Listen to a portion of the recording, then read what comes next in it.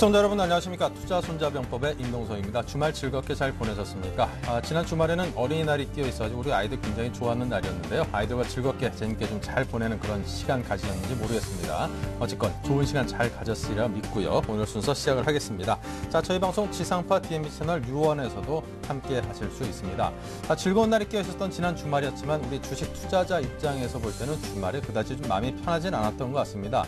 물론 금융당국에서 미리 예고를 해왔긴 했었지만 주말에 저축은행 4곳이 영업정지를 당했다는 그런 소식이 들려왔었고요. 그중에서 이제 업계 최고 1위 순위에 놓여있던 솔로몬저축은행 등 굵직굵직한 곳들도 끼어 있었기 때문에 이것이 과연 시장에 미칠 영향은 무엇인가? 은행 금융 관련주라든가 아니면 뭐 중소형 건설사라든가 지난번 그 저축은행 구조 조정 때도 이런 업종들에 상당한 영향을 끼쳤던 것을 미뤄 짐작해 보건데 이번에도 혹시라도 굉장히 큰 악재로 작용하지는 않을까 이런 우려감으로 주말을 보내신 분들이 좀 많으셨을 것 같습니다. 또 반면에 수년간에 걸친 3차에 걸친 저축은행 관련된 이 구조 조정이 이제 마무리됐다라는 점에서 어떻게 보면 시장에서 이제 뭐 큰 거는 다 넘어갔다 이런 긍정적인 면도 반드시 있다라는 점도 잊지 마시고요. 밝은 것과 어두운 것 양쪽을 모두 보시기 바랍니다. 자, 오늘 투자손자병법에서도요 많은 내용들 준비를 했습니다. 먼저 실시간 증권사 리포트 살펴보는 여의도 리포트에서는요 동양증권 골드센터 목동지점 고윤기 대리와 함께 길어지고 있는 조정 장세에 대한 향후 투자 전략 세워드립니다. 오늘장 키워드에서는 이번 주 미국과 유럽을 비롯한 대외 이벤트 살펴보고요. 올랑드 후보의 당선으로 새로운 국면을 맞은 프랑스 그리고 유로존의 앞날을 전망해 보겠습니다. 네, 본격적으로 1부 순서 시작합니다. 먼저 강정원 전문가 화상 연결해 보겠습니다. 안녕하십니까? 네, 안녕하세요. 네, 국내 전일장 또 뉴욕 증시 상황이 어땠습니까? 네, 국내 시장 금요일에 이틀째 연속 하락하면서 1990선 밑으로 하회하는 모습을 보였습니다. 외국인이 선물과 현물 동반 매도하면서 지수 하락을 좀 이끈 그런 모습이었고요. 그동안 주도주였던 삼성전자, 현대차에 대한 주도주가 매도가 좀 집중되는 그런 모습을 보였습니다. 코스피 지수는 5.9포인트 하락한 1989.15포인트로 거래를 마쳤고요. 전체적으로 지금 거래량도 많이 줄고 있는 상황이고 모멘텀도 없는 상황이었는데 미국 시장과 국내 주말에 있었던 저축은행 퇴출이라든가 이런 부분들을 말씀드리겠습니다만 전체적으로 이런 미국 증시도 경제 지표가 부진을 보였고 유럽 중앙에 대한 실망감 이런 부분들이 국내 시장에 좀 하락세를 좀 보이는 그런 모습을 보였고요. 여기 매수 종목을 말씀드리면 현대모비스와 LG디스플레이, 삼성 SDI, SK 하이닉스를 매수를 했고요. 코스닥에서는 다음과 셀트리온, CJ 오쇼핑 이런 종목들을 매수를 했고 기관은 현대모비스, LG화학과 한국전력, 호남석유, 금호석유, 대한항공을 매수하는 그런 모습을 보였습니다. 이 코스닥에서는 덕산 하이메탈과 네오지 게임즈, SFA 등을 매수하는 모습을 보였고 기관 외국인 동시 순매수한 종목은 삼성 SDI와 금호석유, 제일모직, 한국전력, 강원랜드를 동시 순매수한 모습을 보였고요. 이 코스닥에서는 셀트리온과 덕산 하이메탈, SFA, 원인 IPS, 이 IT와 관련 부품 업종들을 동시 순매수하는 그런 모습을 보였습니다. 반면에 그동안 주도했던 기아차와 현대차 이런 두 종목에 대해서 기관 외국인 동시 순매수한 모습을 나타냈고요. 기타 건설주인 대림상업과 GS건설 그리고 통신업종인 KT를 동반 순매도하는 그런 모습을 보였습니다. 이 코스닥에서는 인터플렉스와 BH, 성광밴드, 태광 그동안에 많이 좀 올랐던 종목군들 위주의 기관 외국인 동시 순매도한 그런 모습을 좀 나타냈다고 보시면 되겠고요. 미국 증시는 지난달 고용지수 증가폭이 6개월 내 최저치를 좀 나타내면서 역시 이제 미국 경기 회복세 둔화 우려가 좀 커진 상황입니다. 1% 이상 떨어지면서 한 주를 마감한 그런 모습을 좀 보였습니다만, 다우는 4월 연속, S&P 역시도 500 역시도 4월 연속 하락하는 모습을 보였습니다. 다우 지수가 168.32포인트 크게 밀린 13,038.27포인트를 나타냈고요. S&P 500 지수도 22.47포인트 하락한 1369.10포인트로 마감을 했습니다. 기술주인 나스닥 지수 역시도 27포인트 하락하면서 다시 한번 3,000포인트를 하회한 2,156.34포인트를 기록을 했습니다. 일단 고용지표가 최저치를 나타내면서 이 고용 증가가 둔화된 모습을 나타내고 있고 미국 경제 성장의 엔진인 이런 유럽발 역풍으로 인해서 미국 시장도 부정적인 어떤 좀 모습이 좀 드리워지는 그런 상황이 아닌가 싶고요. 지난 겨울인지 예년보다 기온이 높아지면서 봄철에 일반적으로 이루어지는 고용이 앞당겨지면서 3, 4월 고용자 지수가 좀 좋게 나왔습니다만 고용자 수 증가폭 둔화가 최근에 부진한 경제 지표와 더불어서 이 미국 경제의 회복세가 좀 둔화된 것이 아니냐, 그런 생각이 그런 상황이고, 업종별로는 금융주가 좀 약세를 좀 보였습니다. AIG가 1분기 실적이 부진하면서 3.8포인트 하락을 했고요. 뱅크 오브 아메리카도 3.25포인트 하락하는 그런 모습을 보였습니다. 이런 그 부진한 4월 고용 지표와 정권 교체가 된 이 프랑스와 그리스 총선, 이런 결과치 예상을 좀 부정적으로 나왔기 때문에 그런 모습도 있었습니다만, 결론적으로는 그런 우려가 현실로 나타나는 그런 모습을 좀 보였다고 보시면 되겠고요. 미국 원유 선물 가격도 배럴당 100달러가 붕괴되는 그런 모습을 보였습니다. 태산 중진유도 4.05달러 떨어진 98.49포인트의 거래를 달러에 마치면서 9월 이후 추세 추이로 좀 하락하는, 지난달 2월 이후죠. 처음으로 100달러를 하회하는 그런 모습을 좀 보였습니다. 아무래도 국내 시장의 영향이 좀 불가피하다, 이런 말씀을 드리면서 미국 시장과 국내 시장 요약을 마치도록 하겠습니다. 네, 국내 시장에 미칠 영향들이 상당히 좀 있다. 그것도 부정적인 쪽으로 이런 말씀을 해주셨습니다. 자, 지난주 금요일에는 인지 컨트롤스 말씀하셨는데 흐름부터 짚어주시죠. 일코시스 8,000대 제가 목표가를 말씀드렸는데, 일단 지난주 금요일에 0.1포인트 마이너스로 시장을 마감했습니다. 충분히 저평가가 있는 종목 중에 하나고, 올해생 EPS가 1,651원입니다.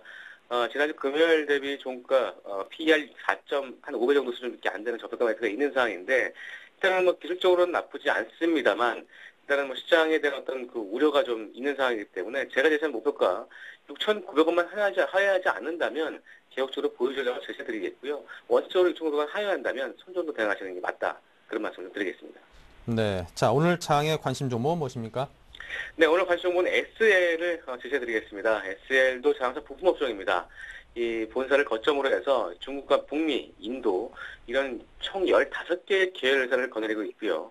차량용 램프와 조향 장치, 이런 그 프론트엔드 모듈 샤시, 전적으로 램프 점유율을 현대 기아차 그리고 한국 GM 등에 납품하고 있다라고 보시면 되겠고요.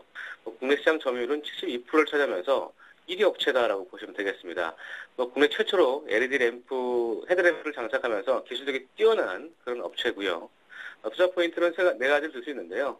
첫 번째는 고객 다변화로 인한 리스크 축소율을 들 수 있습니다. 그동안에는 현대 기아차 그룹에 의존되는 그런 모습을 보였습니다만, 이런 OE 매출 비중, 이런 비중을 높이면서 이 현대차 그룹에 대한 비중을 좀 2011년 지난해 69%에서 2015년까지 50% 정도로 낮출 것으로 전망을 하고 있는 상황입니다.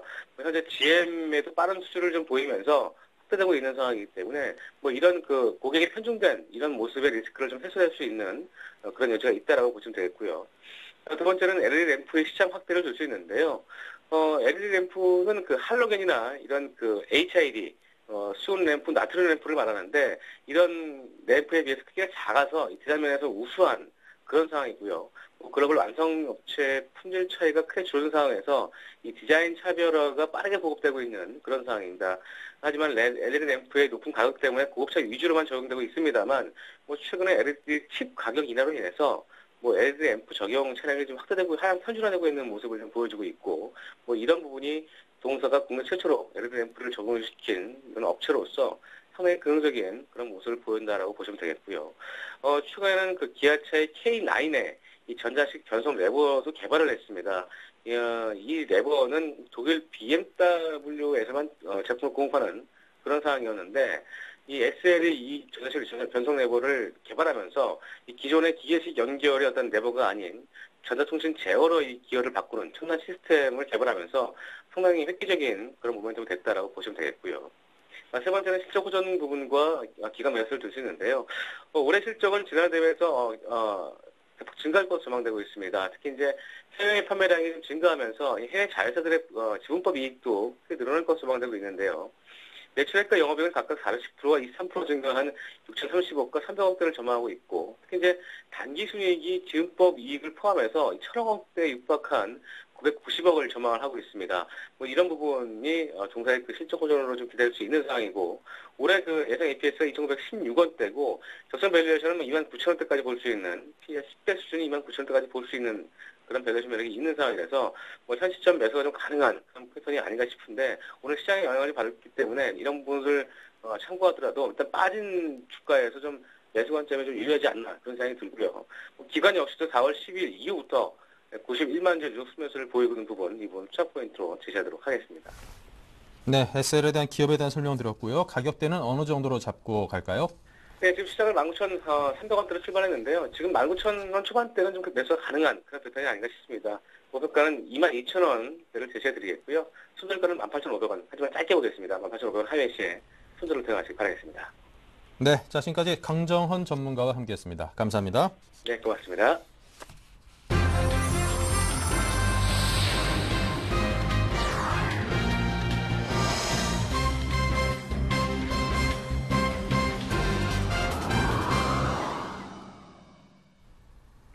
네, 자, 오늘도 저와 함께 하실 두 분의 전문가, 일부 순서 함께할 두 분의 전문가를 모셨습니다. 우리투자증권 SNG센터 정태근 전문가님, 우진투자컨설팅의 이성규 팀장님 두 분이십니다. 어서 오십시오. 네, 반갑습니다. 네, 지금 장이 먼저 개장을 했죠. 양 시장이 모두 비교적 큰 폭의 하락으로 출발을 했습니다. 거래소가 32포인트가 빠져서 1.64% 하락한 1956으로 장을 시작을 했고요. 코스닥은 4.6포인트가 빠졌습니다. 1% 가까이 빠졌습니다. 485로 시작을 했습니다. 하지만 장 초반 상황이 주말에 저축은행 사태라든가 또 프랑스에서 좌파 후보가 되면서 그동안의 유로존의 어떤 협약 같은 것들이 부정적인 영향을 받을 수 있지 않겠는가, 이런 불확실성에 대한 우려 등등이 겹치면서 장 초반에 한 번에 반영이 된 것인 만큼 장 중에서 아마 이런 것들 충분히 소화한 채로 후반 가면은 상당히 좋아진 모습으로 마칠 수 있지 않을까, 그런 생각을 저는 개인적으로 조심스럽게 해봅니다. 자, 두 분께서는 어떤 생각과 또 시장에 대해서 어떤 시각을 갖고 계시는지 먼저 거래소부터 정태근 전문가님께 여쭤보겠습니다. 네, 코스피 출발 상황이 방금 언급하신 대로 상당히 좋지가 않습니다. 33포인트 정도 하락한 1956포인트에 지금 출발을 하고 있습니다. 아무래도 그 주말에 있었던 미국의 이슈라든지 그리고 그 유럽에 대한 어떤 불확실성이 반영이 되게 되면서 상당히 현재 시초가는 상당히 좋지 않은 흐름이 현재 연출이 되고 있습니다. 그 코스피 지수뿐만 아니라 지금 이제 시가총액 상위 종목들도 현재 상황이 너무나 좋지 않은 부분들이 확인이 되고 있습니다. 2% 넘는 하락세를 보이는 종목들이 상당히 많이 눈에 띄고 있습니다. 지금 이제 상승한 종목은 전혀 찾아볼 수가 없는 그런 상황이 연출이 되고 있고요. 삼성전자 상당히 큰 폭으로 현재 하락을 하고 있습니다. 28,000 정도 하락한 마이너스 2.06% 정도의 하락을 하고 있고요. 현대중공업도 마이너스 2.27%, 현대모비스가 마이너스 2%, 신한지주가 마이너스 2.06%, SK이노베이션이 2.8%, S오일이 2.9% 정도 현재 하락을 하고 있고요. LG가 지금 현재 2.5%, 그리고 LG전자가 2.78%, LG디스플레이가 2.5%, 하원암소유가 2.4%, 지금 이제 2%가 넘는 하락을 보여주는 종목들을 찾기가 그렇게 어렵지 않은 부분들이 확인이 되고 있습니다. 특히나 조선주들의 하락세도 좀 상당히 눈에 띈다고 봐야 될 것 같습니다. 최근 상당히 조금 견조한 흐름을 보였던 삼성중공업이 지금 현재 마이너스 4% 넘는 현재 하락세가 연출이 되고 있고요. SK 같은 경우는 마이너스 3.4%, 하나케미칼이 2.9%, 그리고 GS건설이 마이너스 3.1% 정도 현재 하락을 하고 있습니다. 자, 시가총액 상위 정도도 상당히 좋지 않은 부분을 방금 확인했는데, 이런 부분들이 좀 잠시 동안 어떻게 본다면은, 시장을 한 발짝 빼서 좀 감당하는 그런 자세가 좀 필요하지 않겠는 생각을 하고 있습니다. 어떤 유럽이란지 미국이었던, 그 이슈들이 어제 일이 아니고 계속해서 나오고 있는 이슈들이긴 하지만은, 그렇다고 하더라도 이런 부분들이었던 해결될 기미가 보이는 그런 힌트가 나오기 전까지는 시장이 좀 안정을 찾기는 조금 힘들 것 같습니다. 그래서 어떤 기술적인 수치에 너무 의존을 하지 마시고 조금 시장 전체적으로 봤을 때 대외 변수에 대한 어떤 해결 포인트란지, 그리고 외국인의 수급들, 그리고 특히나 제 같은 경우 파생 선물 쪽을 많이 말씀드리고 있는데, 어떤 외국인의 선물 매도 포지션 어떤 천단 이런 부분들이 나온지 여부를 한번 확인을 하시면서 시장 좀 접근하시는 게 좋을 것 같습니다. 어쨌든 오늘 같은 경우는 결론만 말씀을 드려보자면은 조금 관망을 하시는 게 필요하지 않겠나 이렇게 말씀드려 보도록 하겠습니다. 네, 조금 관망을 해보자. 오늘 시장 상황에서는 코스닥은 어떤지 이성규 팀장께였습니다. 네, 현재 코스닥 지수 같은 경우는 1%대로 낙폭을 좀 확대하고 있는 모습입니다. 장 초반만 하더라도 1%까지는 하락하지 않았는데요. 실은 코스피가 계속해서 내려가다 보니까 같이 이제 동반 하락하는 모습을 나오고 있고요. 일단 시총 상위주들의 낙폭도 역시나 좀 확대가 되고 있는 모습입니다. 대표적으로 셀트리온이 0.8%대 하락세, 그리고 CJ ENM과 서울반도체 그리고 CJ 오십핀까지도 동반적으로 한 2%대 남짓한 그런 하락세를 좀 보여주면서 시장 전체적인 분위기를 약간 어둡게 만들고 있고요. 상승하는 지금 좀 업종이 지금 보이지 않고 있습니다. 일부 파라다이스가 0.99%대 강보권에서 머물면서 상대적인 좀 방어를 하고 있는 측면들은 좀 보이고 있지만 최근에 들어서 그 IT 부품 관련주들이나 자동차 부품 관련주도 동반 좀 하락하고 있는 모습입니다. 이렇다는 것은 전반적인 그 시장 충격이 일단은 발생하고 있다는 것으로 좀 보시면 되겠고요. 다만 이런 장에서 좀 높게 상승하는 종목들도 있습니다. 박근혜 테마 관련주에서 지금 아가방 컴퍼니와 보령매에 대해서 상당히 큰 폭으로 좀 이렇게 시장 대비해서는 큰 폭으로 좀 상승하고 있다는 점 말씀을 드릴 수 있겠고요. 잠깐 그 수급 동향을 좀 보게 되면 일단 외국인들이 장초반만 하더라도 코스닥 시장에서는 순매수 기조였지만 지금 현재는 순매도 기조로 좀 돌아선 모습입니다. 코스피와 동반 좀 하락을 하고 있는 모습이고요. 다만 기관들이 2억 원 정도의 순매수세로 좀 전향을 하고 있고 개인들도 코스닥 시장에서 여전히 그 순매수세 3억 원 정도의 순매수를 보이면서 상대적인 좀 방어를 해주고 있는 모습입니다. 하지만 그 외국인들의 매도세가 여전히 좀 부담스러운 점이 계속해서 지금 코스닥 지수를 좀 누르고 있고요. 지금 현재 상황에서도 코스닥 지수는 점점 낙폭을 좀 확대하고 있는 모습이다라고 이렇게 말씀을 드릴 수가 있겠습니다. 코스닥에서 지금 업종별로 좀 보게 되면 일단 대부분 업종들 하락하고 있습니다. 하지만 그 건설이 한 0.2%대 강보합권, 그리고 일반 전기전자가 한 0.04%대의 강보합권을 보이면서 지수 대비해서는 상당히 좀 방어를 해주고 있는 모습이고요. 거의 상승하는 업종들 지금 찾아볼 수 없습니다. 앞서 말씀드렸던 그 종목들도 다시 한번 좀 하락세로 좀 이렇게 눌리는 모습이 현재 보이고 있고요. 일단 그 오늘 하락폭 가장 큰 것은 출판 매체 국제가 2.3%대 낙폭이 가장 큽니다. 하락 종목수가 한 7종목에 달하고 있고 상승 종목수는 한 종목밖에 안 되는데 일단은 그 종목 자체가 별로 없기 때문에 지수 자체에 미치는 영향은 거의 없다고 보고 있고요. 오늘 지수에 가장 큰 영향을 미치는 것은 바로 코스닥 시장에서는 반도체와 IT 하드웨어 쪽입니다.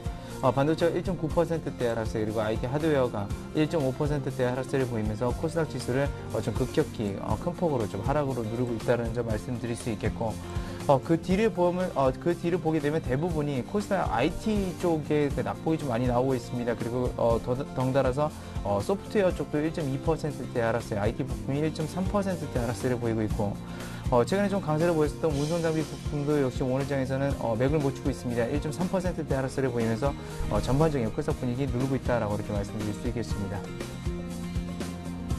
네, 양시장이 약간씩 좀 계속 부담감에 눌리는 듯한 그런 모습 보이고 있습니다. 하지만 이제 장 초반이니까요. 너무 많이 신경 쓰지 마시고요. 자, 이어서 외환과 채권 시장 동향입니다. 한양증권 리서치센터 전소영 연구원입니다. 안녕하세요. 네, 안녕하세요. 네, 먼저 외환 시장 흐름 살펴볼까요? 네, 오늘 달러원 환율 전일 대비 8원 20전 상승한 1139원 50전의 거래가 시작되면서 장중에 1140원을 터치하는 모습을 보이고 있습니다. 유로존의 정치적 변수가 아무래도 가장 크게 작용한 듯한데요. 그리스 같은 경우는 연정 붕괴 가능성이 거론이 되면서 유럽연합에서 그리스에서의 긴축을 조금 더 타이트하게 실행할 것과 그렇지 않을 경우에 자금을 추가적인 구제금융을 지원하지 않을 가능성이 있다라는 그런 보도가 나오는 것이 아무래도 유로화의 가장 큰 하락 원인이 되었다고 보고 있습니다. 그 밖에도 이제 프랑스에서는 좌파 정권이 7년 만에 집권하면서 이에 따른 부담감도 어쩔 수 없이 느끼고 있는 모습이고요. 이런 모습으로 유로달러 환율 같은 경우는 1.29달러로 원빅 이상 하락하면서 상당한 약세를 보이고 있는 것이 현재 가장 큰 특징이라고 볼 수가 있겠습니다. 미국 같은 경우도 4월 비농업 부문 고용이 11만 명 정도가 증가하면서 시장 예상을 하회하면서 이런 것들이 글로벌리 경기 둔화가 지속되고 있다라는 이런 것들을 확인시켜주는 계기가 됐다라고 볼 수가 있겠습니다. 여러 가지 요인들이 안전자산의 매수를 촉발하고 있는 그런 모습인데요. 오늘 우리나라 같은 경우는 저축은행 사태가 좀 나타나면서 이런 것들이 투자자들의 심리를 좀 위축시키는 요인으로 작용할 것으로 보입니다. 달러 환율 같은 경우는 오늘 장중에 1140원대를 좀 찍는 모습을 보이긴 했는데요. 아무래도 1140원을 상향 돌파하기보다는 1140원을 단기적인 고점 인식으로 해서 계속해서 내고 물량이 나올 가능성도 좀 있다라는 점 염두에 두셨으면 좋겠고요. 하지만 현재 상황 자체가 아무래도 위험 자산에 우호적이지는 않기 때문에 현재 레벨에서의 무리한 숏플레이보다는 단기적으로는 좀 레인지 등락을 좀 보면서 대응하시는 것이 바람직할 것으로 보입니다. 네, 외환 시장에 이어서 채권 시장의 흐름과 전망 함께 해주시기 바랍니다. 네, 채권 시장은 미국 경제지표 둔화와 유로존 우려에 안전자산이 매수가 유입이 되면서 오늘 같은 경우 국채 선물이 11틱 상승한 104.46에 거래가 이루어지고 있습니다. 유로존 문제도 계속해서 리스크 요인으로 지목이 되고 있는 모습이고요. 수급적으로는 외국인이 장 초반부터 5천 계약 이상 순매수로 출발하면서 금리의 강세를 유발하고 있는 모습입니다. 국고 3년물 같은 경우는 지금 현재 기술적인 지지 레벨이었던 3.45%를 크게 하회한 3.39%까지 지금 금리가 내려가 있는 상황이고요. 따라서 현재 레벨에서 국내 기관이 추격 매수가 나타날지 여부가 가장 큰 관전 포인트가 될 것으로 보입니다. 네, 지금까지 전소영 연구원과 환율 채권 시장 동향 살펴봤습니다. 계속해서 여의도 리포트의 김보람 아나운서 연결해 보겠습니다. 네, 안녕하세요. 여의도 리포트의 김보람입니다. 유로존 정치 리스크 부각과 미국의 경제 지표 부진까지 안고 출발하는 월요일장입니다. 지수는 1950선으로 하락해서 출발했는데요. 그렇다면 각 증권사들에서는 어떠한 대안을 내놓고 있는지 리포트 내용으로 확인해 보겠습니다. 먼저 우리투자증권에서는 가격 메리트와 수급을 고려한 트레이딩 전략을 내놓고 있고요. 삼성증권의 리포트 내용은 이제 남은 과제는 무엇일까이네요. 신한금융투자는 변동성 확대에 대비하자고 보고 있고요. 하나대투증권은 방향은 미국, 섹터는 중국이라고 정리했습니다. 동양증권에서는 모르면 어렵고 알면 쉬운 것이 주식이라고 정리했네요. 이 가운데 우리투자증권부터 자세하게 확인해 보겠습니다. 네, 코스피가 부진한 흐름을 이어가고 있지만 종목별 반등세는 뚜렷하게 나타나고 있다고 분석했습니다. 코스피 종목 중 21선과 60일 이동평균선 정배열과 역배열의 종목 수의 차이를 보여주는 지표도 반등세를 보이는 등 시장 구조 강화 현상 또한 뚜렷해지고 있다고 봤는데요. 관심 업종으로는 기관의 매수가 유입되고 있는 화학, 의류, 내구재, 운송을 꼽았으며 이들을 중심으로 한 단기 트레이딩 전략이 유효하다고 권고했습니다. 네, 이어서 삼성증권 확인해 보겠습니다. 지난주 국내 증시는 다양한 대외 악재가 부각됐음에도 1960선에서의 지지력을 재차 확인하는 등 낙폭은 제한적이었습니다. 이제 추가 상승을 위한 조건으로 삼성증권은 선신시장의 추가 경기 부양책, 유로존 우려 완화 등을 꼽았는데요. 5월 증시는 1분기 실적 시즌도 마무리되고 유로존 정치 이벤트에 따른 불확실성도 점차 완화되면서 추가 반등 기회를 모색할 수 있다고 전망했습니다. 관심 업종으로는 IT와 자동차를 꼽았습니다. 이어서 신한금융투자는 미국의 고용지표 악화 그리고 미국 3대 지수의 하락, 여기에 미국 2분기 GDP 성장률도 2%를 하회할 가능성이 크다고 분석했습니다. 또한 유럽의 슈퍼선데이 결과의 7일 발표를 앞두고 모멘텀 공백 속 정치적 변수가 작용할 것으로 봤는데요. 따라서 경기 터닝 시점을 앞둔 공백 기간, 이번 주는 투자를 자제하면서 보수적인 대응이 필요하다고 지적했습니다. 이어서 하나대투증권입니다.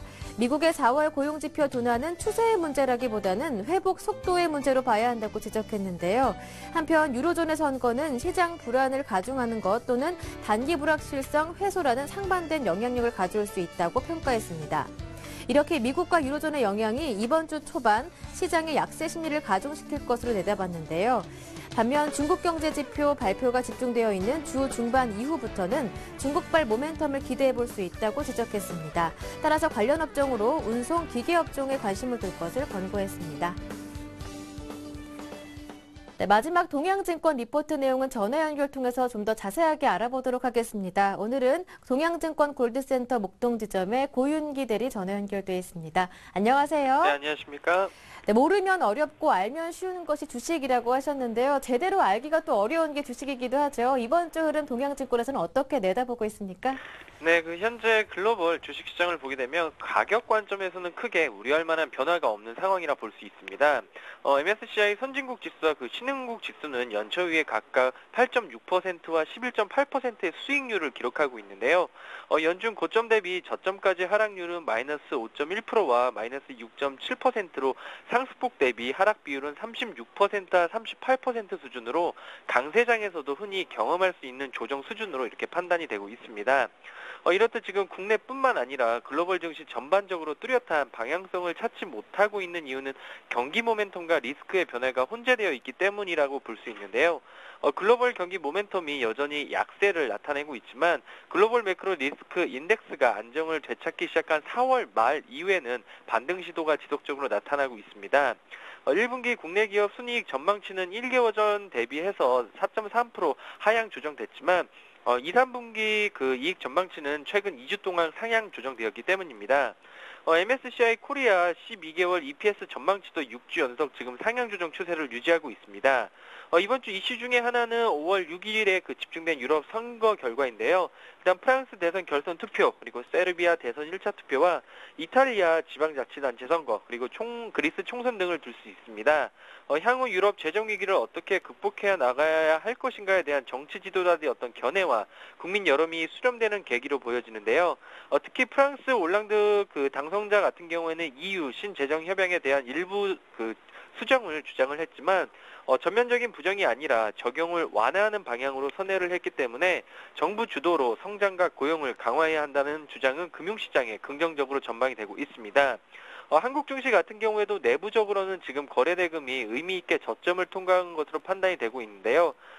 결론적으로는 금주 국내 증시는 경기 모멘텀에 대한 기대가 미약하다는 점에서 본격적인 상승을 낙관하기는 어렵지만 글로벌 리스크가 재차 안정을 찾아가고 있다는 점과 2분기 이후에 국내 기업 이익 전망치가 상향 조정되어 있다는 점, 그리고 거래대금으로 본 매도 압력이 충분히 감소했다는 점 등을 감안한다면 추가적인 반등 시도가 이어질 것으로 전망하고 있습니다. 이번 주 코스피는 1960에서 2020포인트 수준으로 보고 있고요. 유망업종은 IT 업종과 항공, 보험, 호텔 레저 업종 등을 둘 수 있을 것 같습니다. 네, 관심 업종까지 모두 잘 들어봤습니다. 오늘 도움 말씀 고맙습니다. 네, 감사합니다. 지금까지 여의도 리포트였습니다.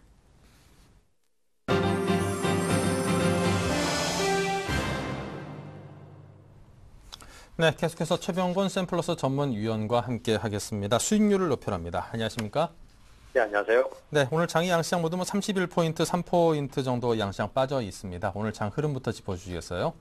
네, 일단은 거래소 증시는 지금 현재 해외 증시 때문에 주가의 하락이 상당히 좀 크게 나온 상태고 아침에 개파락이 좀 강하게 나온 상태입니다. 지금 현재로서는 지수가 낙폭을 좀 줄이면서 그 회복을 좀 하고 있는 상태이긴 하지만은 아쉽게도 아침에 개파락의 형태가 좀 강했기 때문에 아마 주가가 계속해서 회복을 하는 것보다는 오후장으로 접어들수록 좀 더 약세를 보이거나 아니면은 이 상태대로 그냥 유지가 돼버린다든지 해서 시장이 그냥 약세를 좀 더 유지할 가능성이 높아졌고요.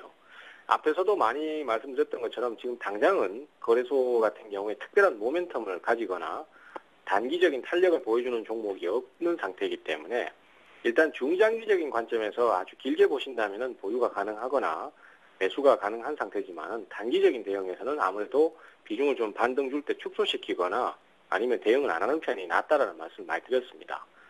반면에 코스닥 시장 같은 경우에는 오히려 차트 자체가 쌍바닥 형태를 형성시키면서 이미 조정을 많이 받은 상태였습니다. 따라서 개별 급등주들이나 또 테마 종목들 같은 경우에는 리스크가 좀 따르긴 하지만은 오히려 좀 빠른 탄력을 보여주면서 상승 초기 국면을 효율적으로 노린다면은 오히려 수익을 좀 얻을 수 있다라는 말씀을 많이 드렸고요. 또 실제로 지금 포트 구성도 그렇게 좀 많이 진행을 시키고 있고 또 실제 성과도 그렇게 올려가고 있습니다. 하지만 어떤 경우에도 무리수를 둬서는 안 될 것이고요. 특히 이제 급등주나 테마주 종목들은 아무래도 초보자들이 대응하기는 리스크가 좀 있는 종목들이기 때문에 어떤 경우에도 추격 매수라든지 뭐 따라가는 매수에 대해서 대응을 한다든가 아니면은 심리적으로 뭐 급한 마음에 우선 올라가는 종목을 따라 붙는다든가 이런 대응을 하시면은 항상 손해를 볼 수밖에 없습니다. 그래서 이 부분을 좀 주의를 하셔야 될 것 같고요. 어쨌든 오늘 같은 경우에도 지금 현재로서는 좀 급하게 움직여주는 쪽이 아무래도 코스닥 쪽이 많은 상태이고 또 급등 종목군들, 작은 급등 종목군들이 많기 때문에 이쪽을 계속 노림수를 가져주시는 게 지금은 바람직한 대응이 되지 않겠나 이렇게 판단을 하고 있습니다. 네, 갖고 계신 포트폴리오의 흐름도 함께 짚어주십시오. 예, 일단은 지금 현재 최근에 이제 계속 그 대형주는 큰 성과를 못 보여주는 상태인 관계로 종목들이 차익 실현이 나가고 나면은 신규 편입은 좀 개별 종목 쪽으로 많이 편입을 하고 있는데요. 또 최근에 편입했던 잘만테크 같은 경우에 금요일 날 주가 상승이 아침에 안랩 같은 경우에 특히 갭 상승이 7% 이상 나와서 장중에 9%까지 상승했기 때문에 잘만테크 같은 경우에도 이 안철수 관련주입니다. 그래서 아침에 갭 상승이 강했습니다. 하지만은 돌파를 계속 해주는 형태의 진행이 안 나왔기 때문에 장중에 4,300원 정도에서 일단 차익 실현을 했고요. 조정을 또 받고 바닥을 잡으면은 또 재매수를 할 예정입니다. 그래서 일단은 좀 신속하게 대응 포인트를 찾았고요. 그 다음에 신규로 또 편입을 한 종목이 있습니다. 최근에 그 바이오나 줄기세포 관련주들이 특히 이제 실제 치료제가 성과를 내기 시작하면서 바닥권에 있던 줄기세포 관련주들이 반등 포인트를 강하게 잡고 있습니다. 따라서 그쪽에서 매수 타이밍 하나 잡았는데요. 파미셀입니다.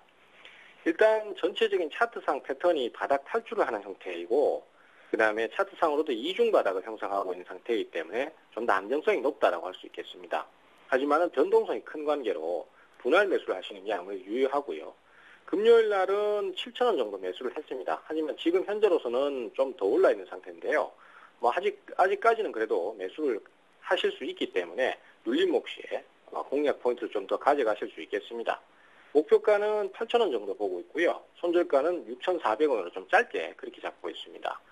그리고 나머지 종목들 같은 경우에 특히 이제 C큐브가 금요일 날 조정을 많이 받았는데요. 역시 뭐 개별 성향이 있는 종목들은 바로 올라가는 것보다는 조정을 좀 주고 가야 안정성이 있는 것 같습니다. 변동성을 좀 크게 가지고 많이 내리긴 했지만은 추가 반등이 다시 나올 수 있는 여건이 되므로 지금 현재로서는 그대로 보유 전략을 말씀드리겠고요. 나머지 OCI라든지 사파이어 테크놀로지 같은 종목들도 보유 전략을 그대로 쓰시는 게 좋을 듯 합니다. 일단은 지금 현재로서는 그 종목들이 계속 빠르게 변화되면서 종목이 올라가면 빨리 차익 실현을 하고 또 다른 종목으로 편입하는 이런 대응을 계속 해나가고 있기 때문에 이 부분을 좀 잘 참고를 하셔서 신속한 대응이 좀 필요하다. 이렇게 좀 정의를 해드리고 싶습니다. 네, 종목에 따른 신속한 대응도 함께 주문을 하셨습니다. 자, 지금까지 최병권 샘플러스 전문위원과 함께했습니다. 감사합니다. 네, 감사합니다.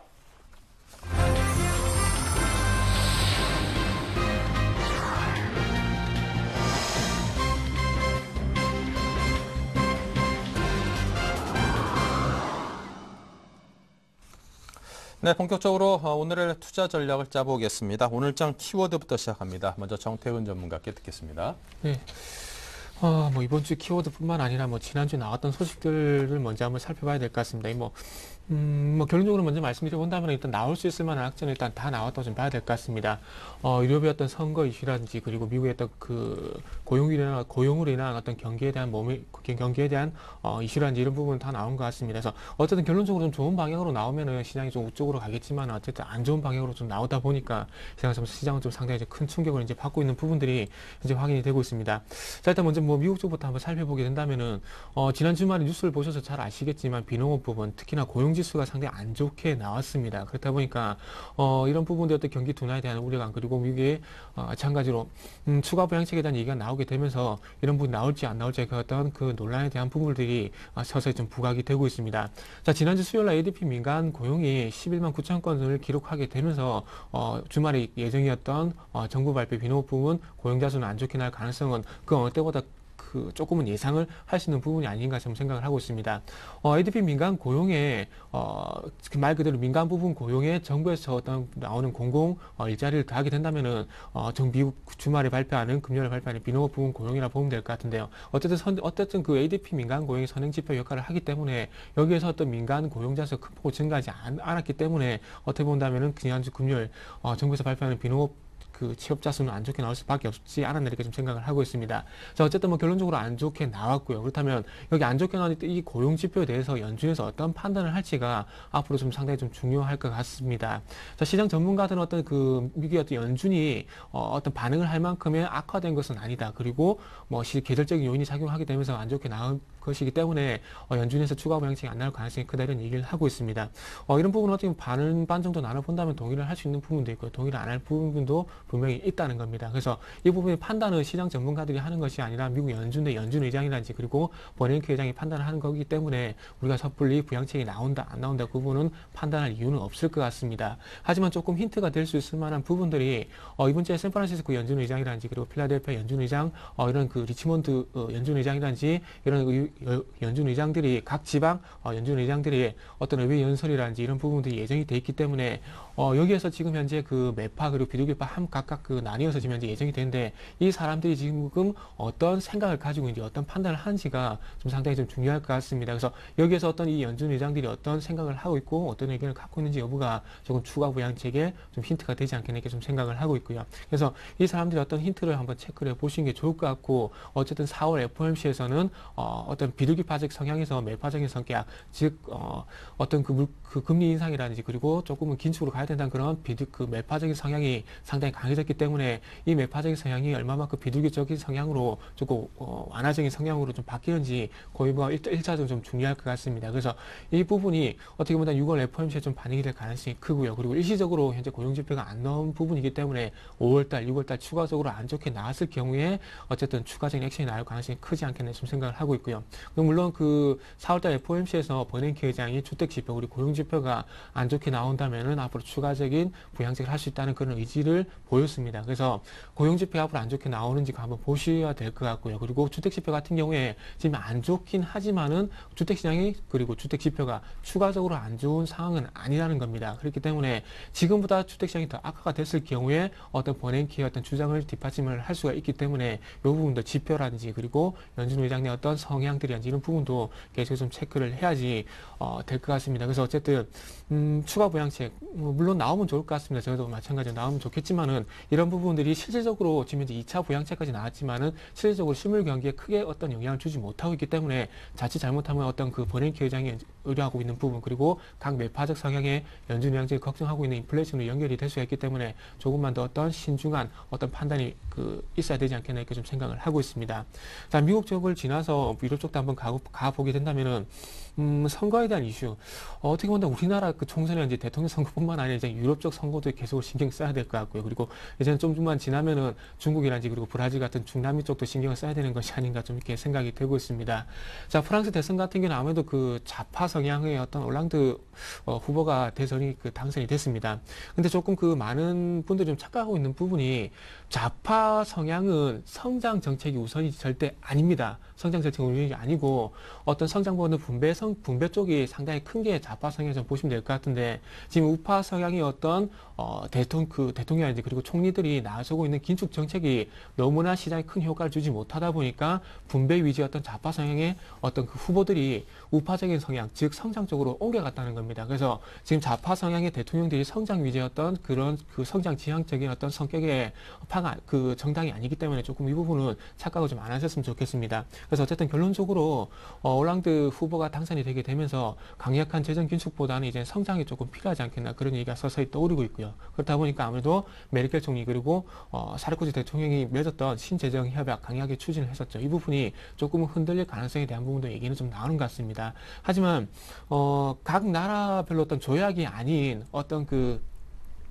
각지의 협의체에서 나온 어떤 협약 같은 경우는 뒤집기가 상당히 힘들다는 부분도 조금은 상기를 하셨으면 좋겠습니다. 그래서 이런 협약이 뒤집어질 가능성은 좀 적겠지만은 이런 한번 예를 들어본다면은 연간 기준 내 어떤 재정 적자가 GDP 3% 이내에 이루는 이런 부분들이 상당히 좀 부담이 되고 있습니다. 그래서 이런 부분들이 1년 만기를 1년 정도 연기를 한다든지 아니면은 3%의 어떤 재정적 협약이 4.5% 정도 이렇게 상향될 가능성이 있는 것이지 이 부분이 뒤집어질 가능성은 좀 적지 않겠나 생각을 하고 있습니다. 그래서 너무나 큰 어떤 뒤집어질 가능성에 대한 부분보다는 조금은 독일의 어떤 강력한 재정 긴축에 대한 의지가 조금 꺾일 가능성은 있지 않겠나 생각을 하고 있습니다. 그래서 결론적으로 말씀드려 본다면은 신재정 협약의 어떤 큰 틀은 유지가 되면서 이 재정 긴축과 동반된 어떤 성장 협약에 대한 어떤 정책들이 나올 가능성이 있을 것 같습니다. 그래서 지난주에 태양광 이 업종들이 들썩이 된 이유가 아무래도 이런 이유인 것 같은데요. 그래서 일단 이런 부분들이 추가적인 성장을 위한 어떤 얼마만큼의 의지가 나온지 그리고 이 의지들이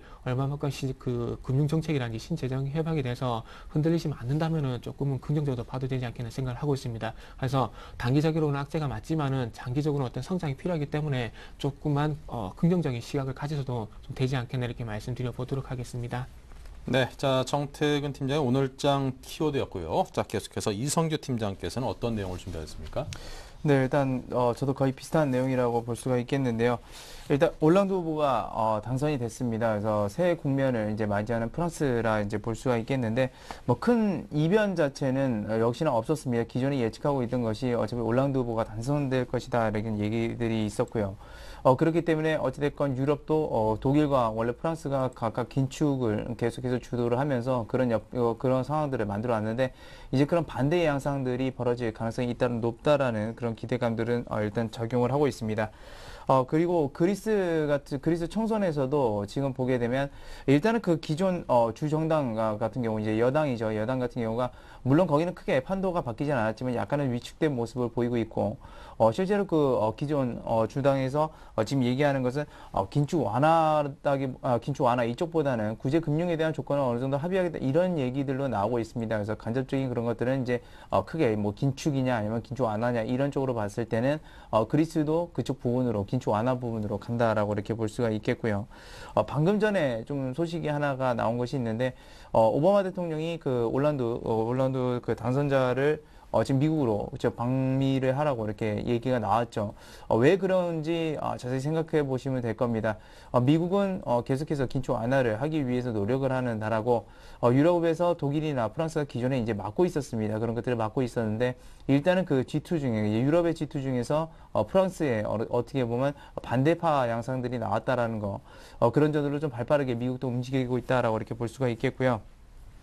일단 지난주 그 증시가 하락을 큰 폭으로 한 이유 중에 하나는 뭐 다들 아시겠지만 일단 고용 지표에 대한 그 얘기들이 가장 많이 나왔습니다. 하지만 그것이 실제적으로 미쳤다고는 지금 생각하지는 않고 있습니다. 왜냐하면 고용 지표에다가 말 그대로 그 유럽의 그런 문제가 불확실성이 있다라고 한다면 사실상 더 큰 폭으로 하락을 했었어야 좀 맞다라고 생각을 하고 있고요. 일단 그래서 고용 지표보다는 고용 지표 같은 경우는 어차피 계절적인 요소가 있기 때문에 그 전보다는 일단은 유럽에 대한 불확실성 요소들이 훨씬 더 좀 컸다. 그래서 미유 증시나 유럽 증시도 그 부분이 가장 컸다라고 보고 있고요. 그다음에 또 한 가지 소식은 이제 한중 FTA에 대한 협상안이 좀 진행이 되고 있습니다. 아마도 이 한중의 FTA도 체결될 가능성이 굉장히 높다라고 보고 있는데요. 여기서 중요한 것은 이제 중국이라는 나라입니다. 중국 같은 경우는 분명히 독일을 지원하면서 한쪽으로는 긴축에 대한 압박을 가하고 있지만 최근에 위안화 변동폭 확대해 준 거를 아실 수 있을 겁니다. 그런 점들은 우리나라와 교역이라든지 우리나라는 이미 미국과 FTA를 맺었기 때문에 중국과의 교역도 이미 대비하고 있는 상황이고요.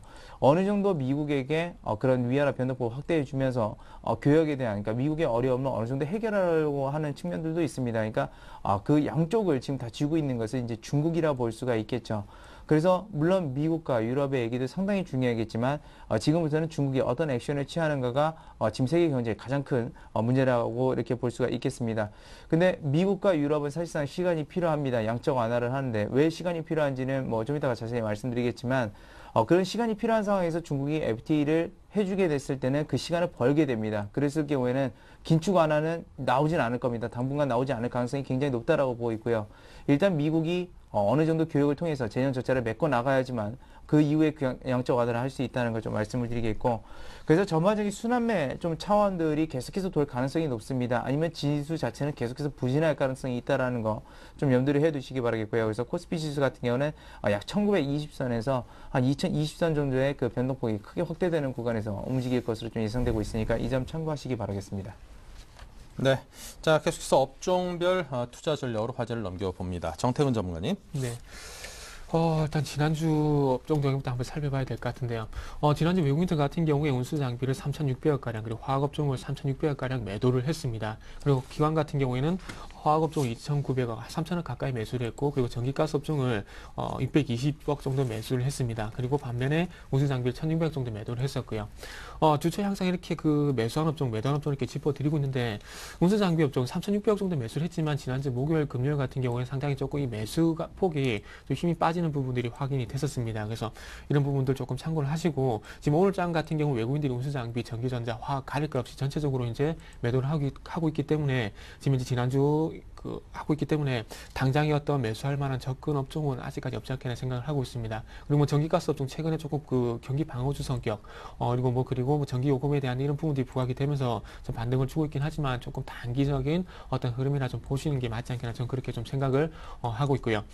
일단은 뭐 그 고용 쪽과 한번 연결시켜 본다면은 자, 일단은 고용 부진 그렇다면은 기업들이 고용 부진 즉 뭐 기업들이 고용을 늘리지 않고 있다는 얘기인데 그렇다면은 기업들이 고용을 늘리지 않고 있다는 부분들은 어떻게 본다면은 설비 가동률이 그만큼 우상향 되지 않고 있다는 겁니다. 그렇다면 기업들이 설비 가동률 즉 제조업을 늘리지 않고 있다는 부분들은 어떻게 본다면은 제조업 경기가 그만큼 좋지 않다는 부분이 될 수가 있겠죠. 그렇다면은 이런 제조업 경기의 어떤 기초 원자재가 될 수 있는 그런 업종을 유지를 하고 있는 우리나라 뭐 화학, 철강, 기업종에 당연히 약자가 될 수밖에 없을 것 같고요. 그리고 이런 부분 제조업 그 어떤 산업 생산을 할 수 있는 제조업 경기뿐만 아니라 미국 고용 부진 이 부분을 또 소비와 연결시켜 본다면은 고용이 부진한 것은 그만큼 사람들이 일자리가 없다는 얘기가 될 수 있고요. 그렇다면은 수입이 없기 때문에 어떤 민간 소비가 원만하게 돌아가지 않을 가능성에 대한 부분도 분명히 부각이 될 수가 있다는 겁니다. 그렇다면은 5월장에서 IT 그리고 자동차 쪽이 상당히 큰 충격을 받는 부분들이 어떤 면에서 미국의 70%를 차지하는 소비가 둔화될 가능성이 있기 때문에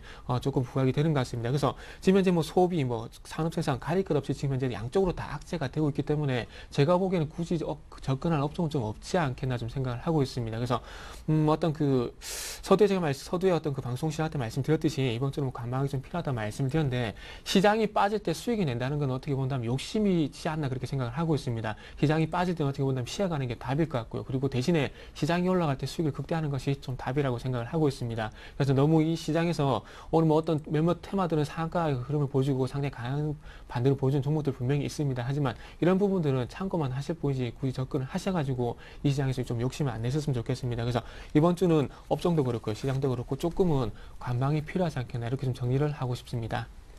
네, 조금 관망이 필요한 시점이다. 시장 상황이라는 게 이제 경우에 따라서는 너무 적극적으로 덤비는 것보다는 좀 지켜보고 느긋하게 멀리서 쉬시는 것도 굉장히 훌륭한 투자법이라는 거 잊지 마시기 바랍니다. 자, 업종별 투자 전략 이성규 팀장께서는 또 어떤 생각을 갖고 계신지 들어보죠. 네, 일단 그 한국과 중국의 FTA와 관련해서 이걸로 이제 경제를 한번 다른 시각으로 좀 보려고 하는데요.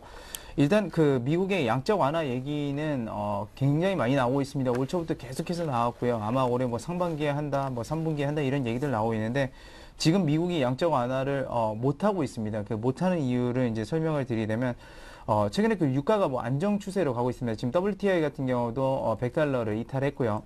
그러면서 이제 어느 정도 유가가 안정세로 접어들고 있는 건 맞는데 사실상 그 달러의 그 추이와 하락 추이와 그러니까 가치의 하락 추이와 그 유가의 하락 추이를 보게 되면 달러의 그 하락 추이가 더 컸습니다. 더 컸는데 보통 우리가 알고 있듯이 그 유가에 대해서 결제 통화는 분명히 달러라는 것입니다. 그렇다는 것은 동반 하락을 한다 하더라도 달러가 너무 큰 폭으로 하락하고 있기 때문에 그런 양적 완화 때문이죠. 이제 그런 것 때문에 역시나 원유를 수요했을 때 미국은 물가 압박에 지금 어느 정도 와닿아 있는 것으로 좀 판단이 되고 있습니다. 그렇기 때문에 그런 부분들에 대해서 일단은 약간 물가 압력이 있기 때문에 미국이 양적 완화를 추가적으로 못하고 있다라고 볼 수가 있겠고요. 사실상 그 물가가 압박을 받게 됐을 때 해결책은 있습니다. 정부에서 정책을 내는 것은 대부분 이제 금리 인상인데요. 금리 인상을 만약에 미국이 한다라고 했을 때는 미국은 세계 최대 부채 보유국이기 때문에 금리를 인상하는 것은 그것은 재앙으로 말 그대로 다가옵니다. 그렇기 때문에 미국은 지금 이도저도 못하는 그런 상태에 있고요. 여기 이 상황에서 그러니까 유럽에 왜 자꾸 긴축 완화를 하려는지 그 부분도 연관이 돼 있습니다. 말 그대로 유럽이 긴축 완화를 해서 성장 기조로 이렇게 가게 됐을 때는 당연히 달러는 상대적인 강세가 될 수밖에 없죠. 유럽에서 유로화 자금들이 많이 풀리고 했을 때는 상대적인 강세가 되면서 어느 정도 유가의 하락 추이와 그런 것들을 맞물려서 어느 정도 달러에 대한 결제 수요를 늘려갈 수가 있을 것으로 좀 판단됩니다.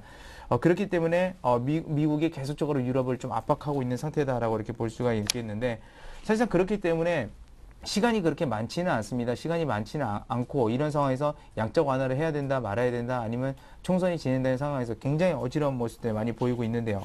그 중에서 이제 말 그대로 한 가지로 좀 위헌책을 삼을 수 있는 것이 한중 FTA가 이제 되는 겁니다. 그러면서 이제 미국도 같이 FTA를 할 수 있는 그런 결과가 되겠죠. 유럽도 우리나라도 어차피 유럽과 FTA를 맺었기 때문에 이거는 세 국가들이 어떻게 보면 동시에 FTA를 할 수 있는 결과가 됩니다. 그렇기 때문에 관세 효과, 철폐 효과, 그래서 간접적인 양적 완화다 그런 것들을 말씀드리겠고요. 그렇기 때문에 어느 정도 긴축 완화에 대한 기대감들은 저버리시는 게 좋고 중국을 말 그대로 기대한다면 중국 문화는 먹는 문화 좋아합니다. 그렇기 때문에 음식료와 중국인들이 좋아하는 화장품 업종들에 대해서 다시 한번 관심을 가질 필요 있다라고 이렇게 말씀드리겠습니다. 네. 자, 계속해서 두 분의 전문가 이어서 또 이야기를 나눠보겠습니다. 신논혁 시점 동부증권에 계시는 김성원 차장을 전화 연결해 보겠습니다. 안녕하십니까? 안녕하십니까? 네, 오늘 시장 상황이 좀 만만치 않습니다. 하지만 또 30포인트 아래로 빠져있던 코스피가 그래도 29포인트, 30포인트 안쪽으로 올라와서 좀 다행이다 싶습니다. 자, 오늘 현재 시장 상황을 어떻게 보시는지 궁금합니다. 네, 주말 미 증시는 비농업 부분 고용지표 부진에 1%대 하락 마감했습니다. 현재 코스피는 뉴욕 증시 영향으로 29포인트 하락한 1959포인트를 나타내고 있습니다. 대부분 업종이 하락하고 있는 가운데 주말 애플이 3% 가까이 하락하며 약세를 보인 만큼 전기전자 업종도 약한 모습을 보일 가능성이 높습니다. 하지만 급감했던 거래대금이 회복세를 보이고 있는 점은 긍정적입니다. 거래대금은 4월 3조 원 중반 수준으로 줄었지만 최근 반등세와 함께 6조 원대 회복 양상을 띠고 있습니다. 단기적으로 낙폭이 컸던 그런 업종들의 가격 메리트에 조금씩 관심을 가지실 필요가 있겠습니다. 상대적으로 약세였던 화학이나 증권은행, 제약 및 바이오 업종입니다. 네. 자, 오늘 소개해 주실 회사는 어떤 회사입니까? 네, 자동차 인테리어 내장재 전문 기업인 화진입니다. 우드그레인과 진공 증착 기법을 적용한 도어 손잡이 등을 주로 생산하고 있습니다. 지난해 말 기준 매출 비중은 우드그레인이 55.2%, 도어 손잡이 16.6% 등입니다. 우드그레인은 플라스틱 표면에 나무 무늬 필름을 입힌 자동차 내장재로 단순 플라스틱보다 고급스러운 질감 표현이 가능해서 수요가 꾸준히 늘고 있다고 합니다. 화진은 국내 우드그레인 시장의 절반 이상을 차지하고 있습니다. 화진은 조만우 대표가 지난 92년 설립했고 현대, 기아차에 납품해 오면서 안정적인 성장을 이뤘습니다.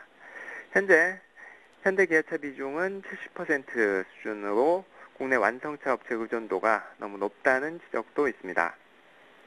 하지만 기술력이 소문나면서 지난해 말부터 일본 닛산에도 부품을 공급하게 돼 고객 다변화에 성공했다는 평가입니다. 닛산 인피니티와 알티마 등 2개 차종에 4월부터 예정대로 물량을 공급하고 있다고 합니다. 닛산 공급에 따른 매출 증가는 올해 198억 원으로 예상이 됩니다. 내년 상반기에는 혼다에도 납품할 예정입니다. 네, 자, 화진, 이 매출과 실적 전망은 어떤지요? 네, 지난해 전년 대비 각각 2%와 29% 증가한 매출액 812억 원, 영업이익 96억 원을 기록했습니다.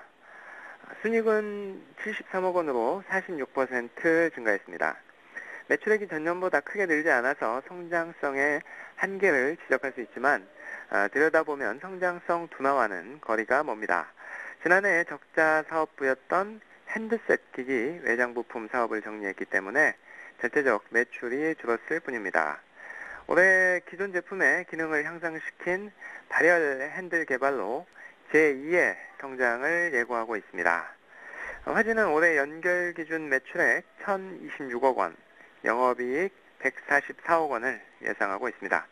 매출액은 전년 대비 26%, 영업이익은 50% 급증할 것으로 전망이 됩니다. 강성원 메리츠종금증권 연구원은 현재 주가는 올 예상 실적 대비 주가 수익 비율 6.1배에 불과할 정도로 저평가돼 있다고 분석을 했습니다. 네, 자, 그럼 화진, 이 가격대를 중심으로 구체적인 투자 전략 짜주십시오. 네, 현 주가는 PER 7배, PBR 1.4배로 수익 대비 밸류에이션은 저평가입니다. 5월 3일 거래가 증가하면서 상한가를 기록했습니다. 4,000원에서 5,000원 박스권을 위쪽으로 뚫었다가 조금 밀린 상태인데요. 단기적으로 미세 조정이 끝나면 추가 상승이 기대가 됩니다. 매수가 4,650원에서 4,800원, 목표가 5,500원, 손절가 4,400원 제시합니다. 네, 지금까지 동부증권의 김성원 차장의 도움 말씀이었습니다. 감사합니다. 네, 감사합니다. 네, 계속해서 관심 종목 두 분의 전문가께 이어 듣겠습니다. 먼저 정태훈 전문가님. 네. 좀 시장을 관망하라 그러고 종목을 이해하는 게 맞을지 모르겠습니다. 그렇죠. 일단은 그래도 시장 대비해서 좀 상당히 추세가 괜찮은 종목으로 좀 준비를 해봤습니다. 좀 시장 방어적인 측면이 좀 클 것 같고요. 시장 대안주로서 컴투스를 좀 한번 말씀드려 보도록 하겠습니다. 일단 다른 게임즈에 비해서 상당히 좀 강한 흐름이 연출이 되고 있는데 아무래도 그 컴투스 2012 프로야구 개막 수혜를 상당히 좀 많이 좀 받고 있는 것 같습니다. 그리고 최근에 실적도 상당히 좀 괜찮게 나온 부분도 없지 않아 있고요. 그래서 어쨌든 뭐 여러 가지 호재가 있긴 하지만은 시장 대안이 일단 특징이라 좀 보시는 게 맞을 것 같습니다. 자, 바로 어떤 기술적 부분 바로 넘어가 보도록 하겠습니다.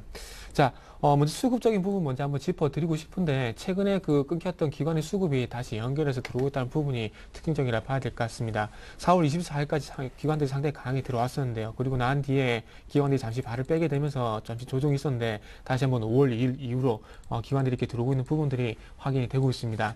자, 그리고 화면을 보시게 된다면은 2부의 상승 말씀드렸듯이 쌍바닥 형태를 만들게 되면서요.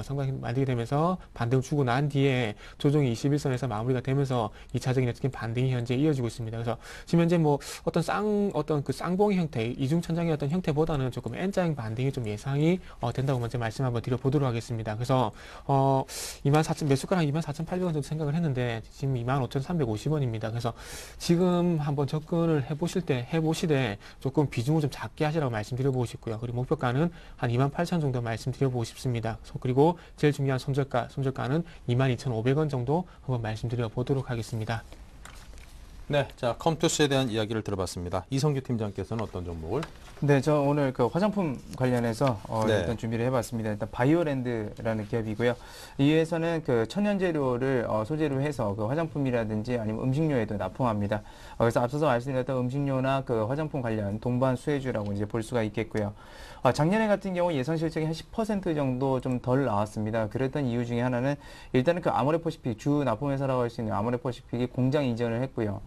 그 여파에 따라서 약간은 실적 자체가 좀 부진한 경향들이 있었는데 작년 같은 경우 바이오랜드도 5성 분장을 준설하면서 그 부분들이 올해 실적으로 좀 넘어와서 실적이 나올 것으로 좀 판단되고 있습니다. 하지만 그 목표 주가를 너무 크게 잡을 수는 없을 것 같았고요. 일단 작년 실적 기준으로만 따져서 대략적으로 한 15배 정도 수준을 책정을 했습니다. 그래서 목표 주가는 14,000원이고요. 손절가는 상대적으로 그렇게 크지는 않습니다. 일단은 1,300원 정도 제시를 해드리니까 이 점 참고하시기 바라겠습니다. 네, 자, 바이오랜드까지 들었습니다. 자, 오늘 두 종목, 컴투스와 바이오랜드 두 종목에 대해서 여러분께 드렸으니까요. 지금 시장 상황이 좀 녹록치 않습니다. 적극적인 매수 관점에 접근하기에는 조금 부담이 있는 상황임이 틀림없는데요. 또 하지만 또 이런 상황이 좀 가라앉고 나면 언제든지 또 종목 선정과 또 그에 따른 매수 포지션을 취해야 될 때가 오니만큼 그때를 대비해서라도 이 종목에 대해서 미리 오늘 찬찬히 잘 뜯어보시길 바랍니다. 자, 지금까지 우리투자증권 SNG센터 정태근 전문가, 우진투자컨설팅 이성규 팀장 두 분과 함께 오늘 장 출발 전략을 짜봤습니다. 감사합니다. 감사합니다. 네, 낙폭이 지금 29포인트 1.78포인트로요. 뭐 여전히 많이 빠져있는 상태이긴 합니다만 낙폭이 소폭이나마 줄었습니다. 오후 정도 되면 괜찮아져 있을 것 같은데요. 자, 잠시 후 11시부터 시청자들의 궁금한 종목 상담 진행합니다. 문자와 전화 양쪽으로 상담 신청 받고 있으니까요. 여러분의 많은 참여 부탁드립니다. 저희 새로워진 홈페이지도 한번 꼭 들러보시기 바라고요. 잠시 후에 2부에서 뵙겠습니다.